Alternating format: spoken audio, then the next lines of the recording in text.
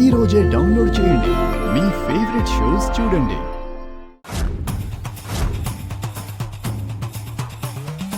నీకెదురు చెప్పడం కాదు గాని కిషోర్ గారిని మాత్రం అపార్థం చేసుకోకనయ్యా. నా తప్పు లేదని నేను నమ్ముతున్నాను. అయినా సరే ఆయన కొడతానంటే కొట్టనివ్వు.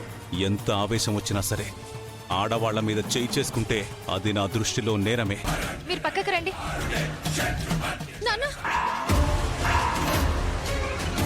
రామా, ఏం చేస్తున్నావు? మీ నాన్నని మా నాన్న కొట్టకూడదు ఆద్య, చంపేయాలి.